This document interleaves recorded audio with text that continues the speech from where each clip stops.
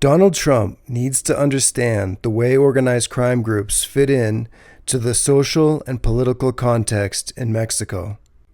During a recent podcast conversation, I spoke to journalist Ioan Grillo about his book Gangster Warlords and the current dynamics of organized crime in the state of Chiapas in Mexico.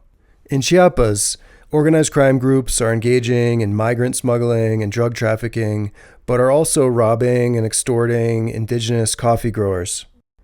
Grillo explains.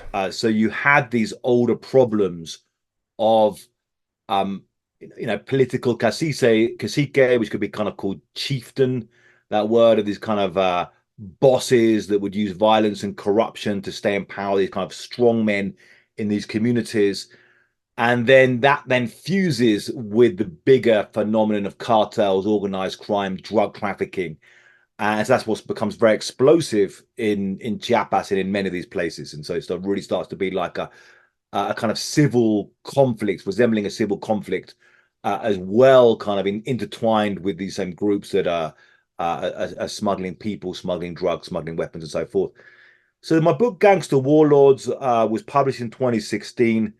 And developed on a lot of what I was seeing over a lot of years in covering Latin America, was this bigger phenomenon of why is it that paramilitary organized crime, to use a kind of word for it, a phrase for it, was spreading so much in Latin America, with these different expressions.